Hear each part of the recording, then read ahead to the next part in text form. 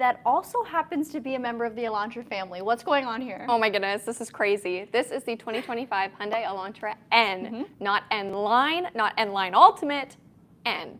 And this vehicle, it is nothing like its other members of the lineup. Nope. Not even members of the family, unless you're talking about other N cars. This vehicle is a high-performance corner rascal that you can daily drive, but you can also whip at the track.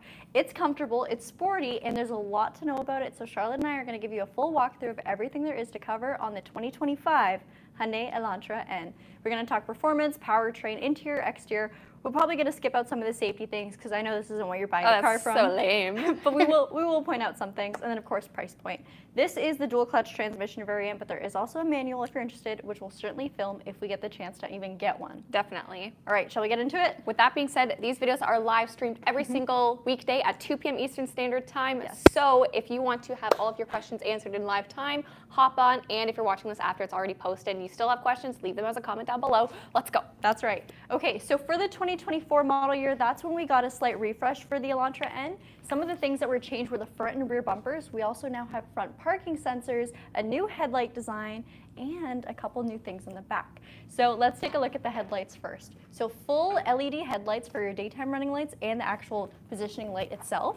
You're also going to get this nice unpainted-esque, almost a rustic style for this front bumper piece. It's not very noticeable on the white exterior paint, but if you are getting a black or a darker gray, which I guess is discontinued now, it will stand out a little bit more. It's very much a satin-esque finish, so it's not too shiny. A lot of people are talking about that. It seems to be a hot topic, but I don't mind the look of it. You have this silver marking as well that kind of expands all the way across. Some of our other Hyundai vehicles are transforming that into the daytime running light. We don't see that on the Elantra N yet, but I'm curious to see if we will for the 2026 redesign. All right, a couple more things. We have a beautiful cascading style lower grille right down there, and then our beautiful bright orange lip that does kind of invert a little upwards right over there. A very dynamic front end. I definitely see the changes that they made for 2024, making this vehicle a lot more aggressive looking, as opposed to the more bubbly look of the 2022s and 23s. Curious to see what you guys have to say though, so let us know. You also have your distinct Hyundai N badge on the far passenger side. And fun fact, if you didn't know, that actually stands for Nanyang, which is the region that these vehicles are designed in, but also the Nürburgring. So if you don't know what the Nürburgring is, I don't know what to tell you. It's the iconic racetrack where this vehicle is tested and true. And let me tell you, we have driven this vehicle on the track. It wasn't the Nürburgring, and it lives up to the hype. It is a lot of fun to drive. I can't believe it's a Hyundai, which sounds crazy because guys, I mean, we work for Kia and Hyundai. We obviously vouch for the product, but it truly shocked me how great this vehicle was on the track and how well it kept up with other vehicles, even with our less than fantastic driving skills. All right, under the hood, we have a flat power 2-liter turbocharged 4-cylinder gasoline direct injection engine. If you're curious what flat power means, it's basically just an inline 4-cylinder, but Hyundai likes to use flat power. That's okay.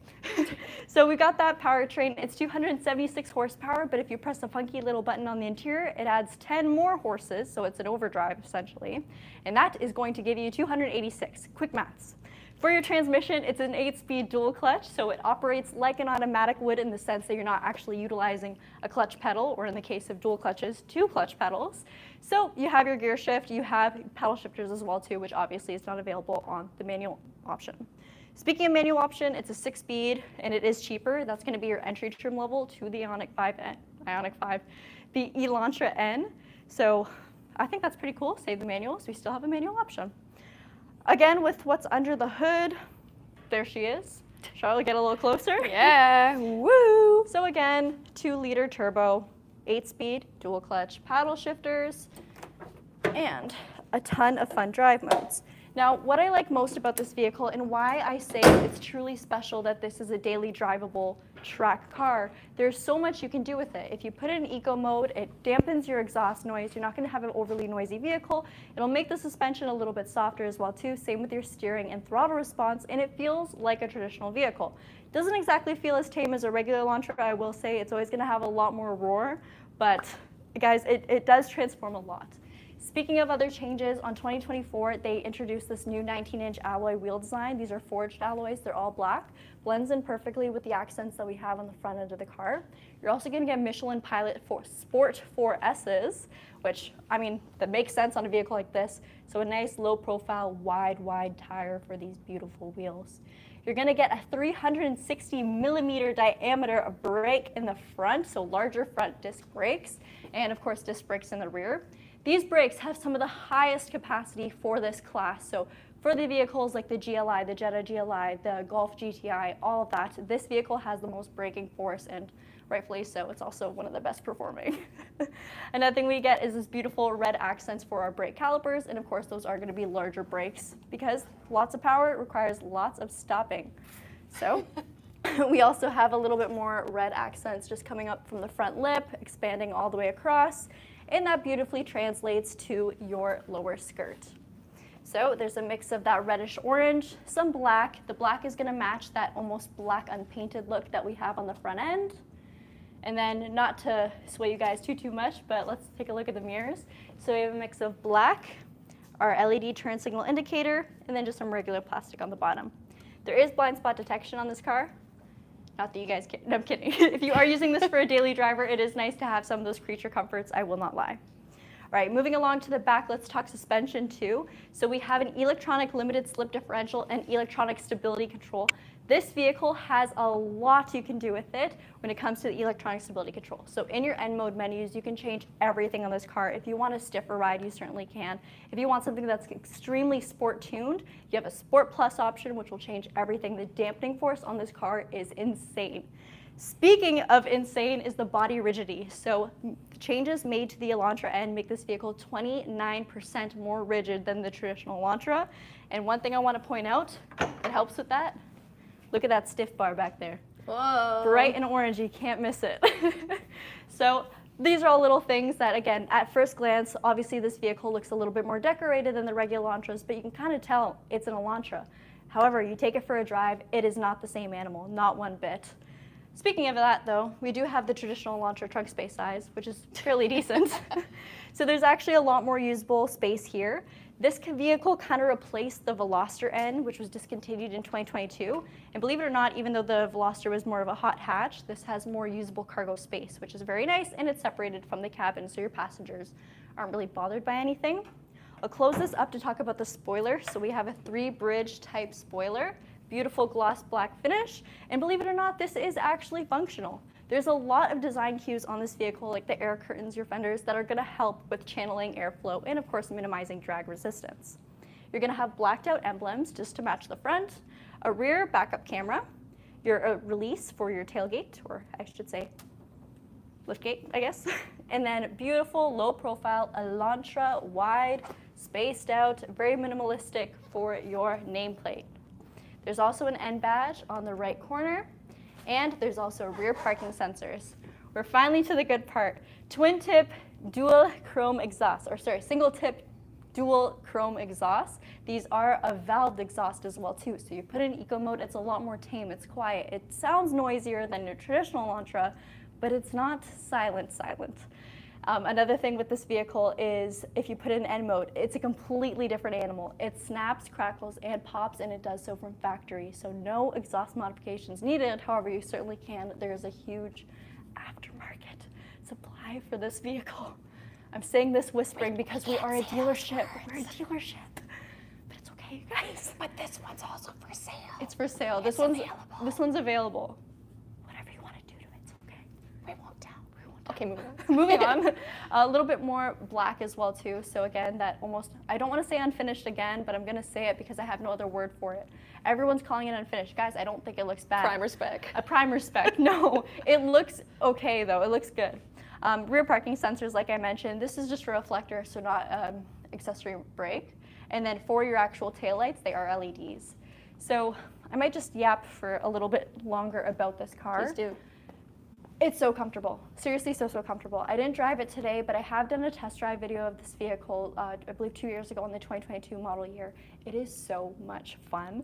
I love sedans, and one thing I think that's very special about this car is how different it is and how much of a shocker it was. A vehicle like this is completely unnecessary, and it's not what most people are buying in the current market. People love Elantras, they love fuel efficiency, they love convenience, and they love getting it for a good price, and that's where the Elantra shines.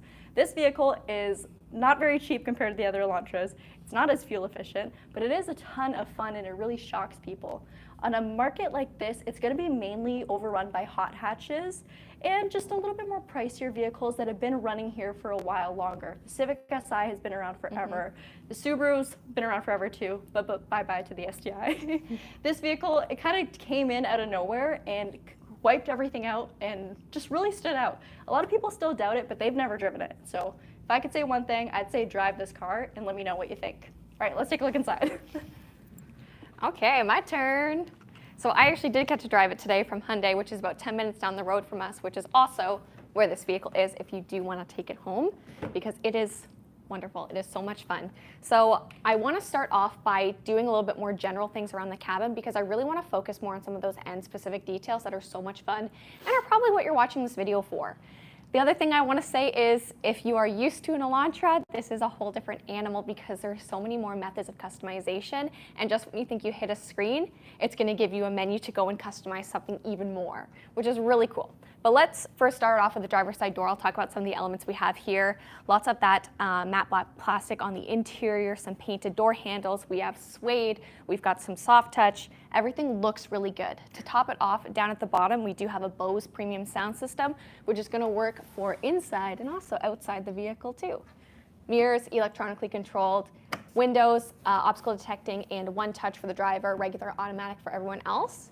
Your driver's seat, and I'll show it in a couple seconds, is manual. So 6-way manual, set it and forget it. Same with the passenger, it's going to be a manual seat. And look at these fun seats. So let me get out for a second. These are a sport style bucket seat, and they're going to be a combination of that leatherette and suede, which I used to think I just wanted leather. No, leatherette and suede, favorite combination. It's exactly what I want.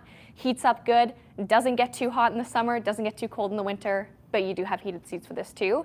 And you have illuminated N badging, which I love. I love fun touches like that. Matching it all with the blue stitching too, I think looks so nice. And a good change from what we see in the N line, which is going to be a lot more of those red details. Okay, sport style pedals. Do you want to show those? So aluminum, sport style pedals, and then we have some more N badging for our door sills. Again, everything looks really, really good. And then I'll have Gabby give a general pan of the cabin. From here, you're going to see that we, of course, have our steering wheel. We're going to have a dual 10.25-inch screens, one for your instrument cluster, one for your infotainment.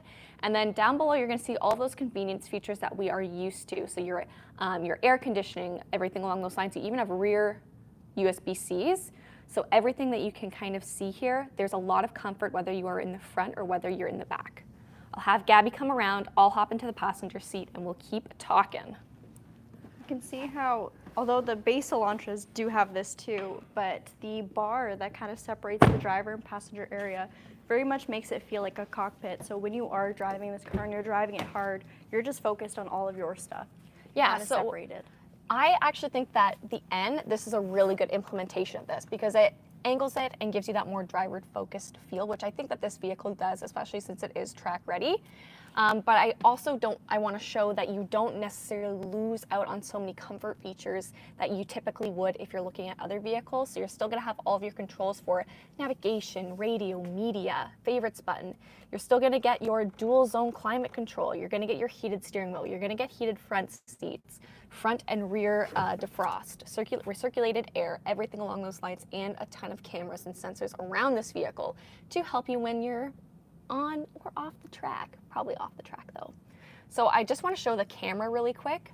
So here's your rear view camera. It's going to come up when you bring the vehicle into reverse, and you can also trigger it with the camera button.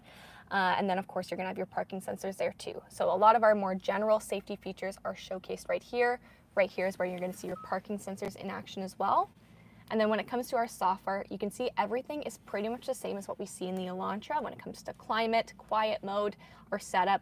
Where it's going to change is the fact that we have N mode, just to prove it. It's all there. You have telematics too with BlueLink. So let's pop into N mode. And maybe I should actually start by talking about the steering wheel, because I feel like that'll be a little bit more fun. Steering wheel, blue stitching, leather wrapped with some perforated leather for that more sporty touch, which I love. Heated, like I said. On it, driving controls, media controls, Oh, but it doesn't end there. You can see that we can have a lot of fun with this vehicle. So from here, you can cycle through your different drive modes. So Gabby mentioned the difference that you're going to feel in eco, normal, and sport, but you don't just have these. When you press the second button, it's going to shift you into N mode, or a customizable mode that you can set to.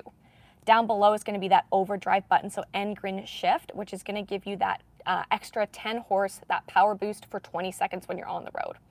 Blacked out Hyundai emblem, which looks great, and down below we have some more N badging too. Behind the steering wheel, extended paddle shifters, so working your way through that dual clutch, you can definitely shift with these, and you'll even have a shift light bar to show you when, of course, you should be shifting. Wiper stock, lighting stock, pretty standard stuff, and let's have an actual better look at the instrument cluster. Sorry, I know I'm a little bit all over the place today.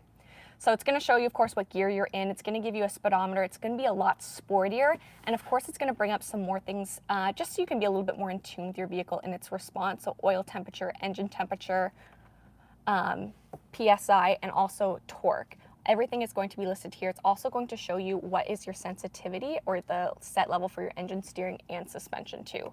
And then, of course, you can go and put it into a custom mode too, which will show on this screen over here. So when you click on N mode, this is what it's going to bring up. It's going to give you the percentage of throttle. It's going to give you your oil temp, engine temp, lap timer too, brake, which I guess I can press. Can you get to 100? I don't think right now, no. Not while it's in accessory mode. And then also you're going to have options for if you are tracking this vehicle and you want to take a look at these circuits that you have. So Sonoma Raceway, there's one, California. I like that one. Then let's slide, because this is where this is what I'm talking about when I say that this vehicle is incredibly customizable. So you have custom 1, custom 2, and from here you can adjust the engine, the steering, your limited slip diff, your traction control, suspension, transmission, the exhaust sound, and if you are in the manual 6-speed, you're also gonna have the option for rev matching too. So, are you telling me to hurry up? No, I'm saying. Is this what I'm doing? The camera view. Oh, sorry, it's a team. So not only can you do one customization, but you can also set another one too. So something I want to talk about in this vehicle, and maybe I'll take it off the screen and I'll just yap a little bit if that's okay, is how good the differential is. You can tell that there's a lot of communication working properly. It's going to give you a really good experience when you are driving this vehicle, especially when you are if you would take it to a track and everything along those lines. Some of the improvements that we saw in 2024, of course, have been carried over. So the fact that you have increased handling, just reducing that friction on the U-joint, even just the way that the engine is cradled, a lot of it is improved for the better. And it's not often that you see something like that when it's just simply a refresh. You don't necessarily see mechanical differences. But the handling is great. I was super, super impressed. And when you have this, the steering in Sport Plus, you definitely can feel it be stiffer. It's a lot sportier. I probably prefer it just in a medium or sport mode for myself. And then, of course, Gabby already talked about the exhaust that we get. So really, really great. On here, you can also see the amount of G-force that you are feeling or producing. And then launch control as well can be activated from here. Launch control on this bad boy, it's not necessarily as easy as you might think. It's a little bit more of a sequence, and there is a fair bit that goes into it, but... No, launch control is easy on this one. You think so? Yeah. It's a little bit more. You just activate it. And then activate it. And then you go. Yeah, I probably think of the Sonata N-Line, but here's your launch control where you can set it up. I like that you can adjust the RPM. I probably do it around 35,000 RPM, and of course, that's going to be when that first gear engages. From here, also that shift light that I mentioned, it's going to tell you when you can shift, and you can do that with your paddles if you want. And power shift, it's going to be similar to power shifting if you are in a manual style vehicle. It is used with wide open throttle. And track shift sense, as the name implies, it's going to be more so for your track, and it's going to activate when you are on the track and if it senses that, and it's just going to help with the shifting of this actual vehicle. It is a dual clutch as well, so you've got automatic creep, which is a lot of fun. So basically, or not. Most every time we post a video. What, it's got a dual clutch or automatic creep? Automatic creeps are on. Ah! That's actually funny. So yeah, lots of fun that you can have. I think that I realized I didn't go into active sound design, but here's where you can see what Gabby was talking about, just hearing the difference.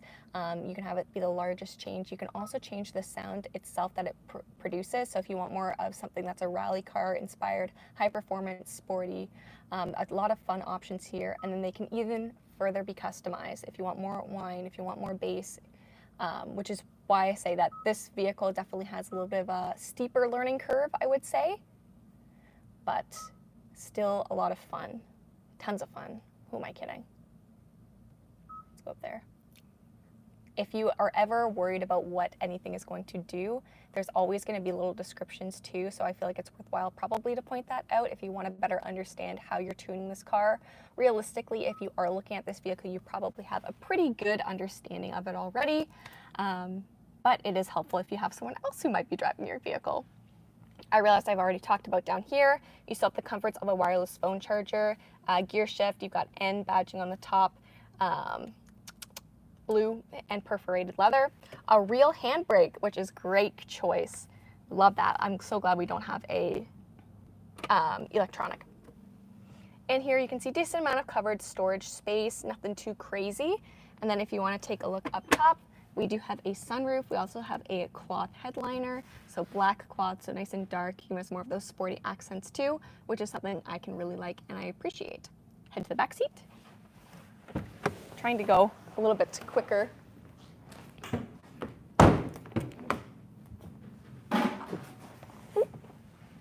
Back seat, a decent amount of space again, given the fact that this is a sedan. I like that I still have dual USB-Cs back here, so not necessarily losing out on features in the back. Still have speakers, great designs on the door, still keeping with the suede and leatherette combo as well. And if I'm sitting in the middle seat, I still have a decent amount of space, even if my feet are isolated to just the center. Obviously a little bit more too if I am able to share some legroom. So one thing I didn't mention is we do have ambient lighting in this vehicle too, so you can see that a little bit in the front. You may have thought that it was just a design cue, but that actually is lighting that red line that stretches all the way across the dash, and you do have the color wheel, which again, it's gonna make this a little bit more fun, especially mixing it with a premium sound system. All right, should we do a Q&A? Yeah, okay, I tried to keep it pretty quick fire. All right, we'll leave you guys back here by yourself for a second while we grab our Q&A stuff. All right, the phone's in the back. Oh, Yeah. okay.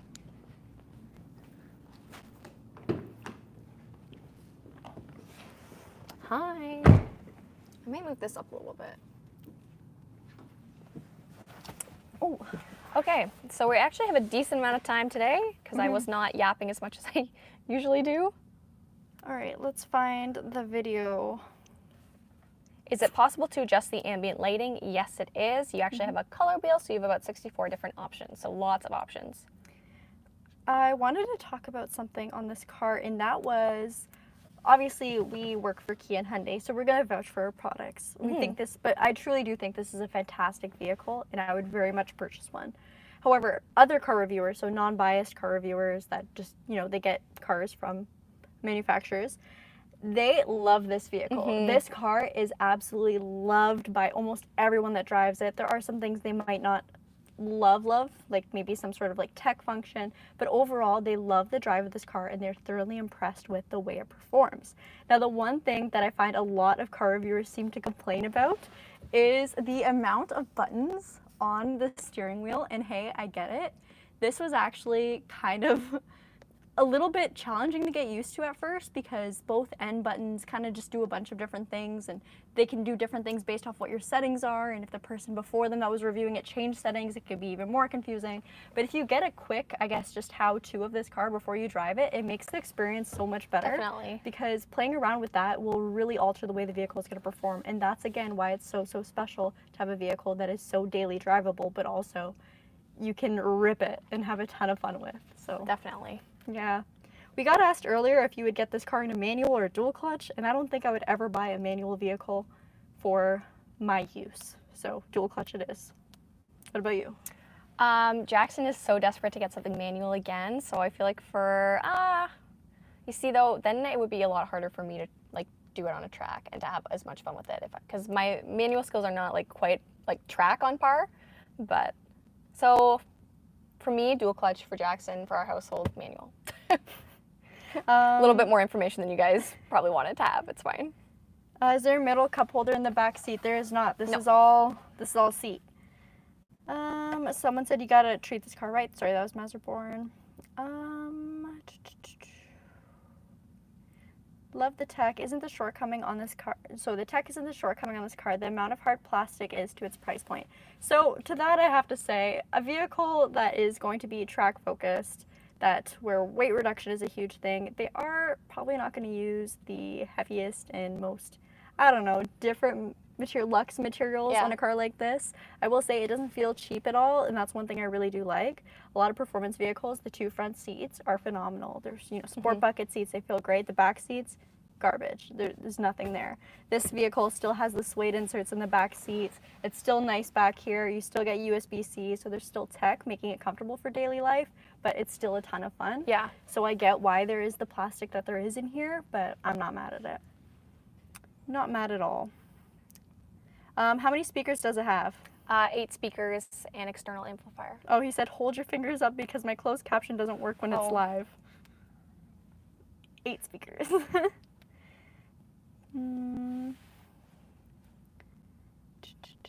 I love that. That's so funny. The hold your fingers up. That's great. Luke Walker and Masterborn said dual clutch is so good. Only hardcore fans for manual, and I would get the dual clutch transmission too. You guys get it. Not a manual hater. I just don't think for daily driving life. I go through a lot of traffic every day, stop and go too. I would lose my mind if it was a manual car and I had nothing else to drive. Is that light blue color still available in 2025? You better believe it. That's called Performance Blue, and it's not going anywhere. That's iconic for the N lineup. Yeah. Bulletin Blair said, I miss driving manual. Oh, So did Christian. I wish the Kia Soul came in manual. Or the Seltos. All right, that's probably it for today's video though, you guys. I hope we get the chance to film this car again because I think there's a lot we want to talk about on it. Can I answer one more question? Sure.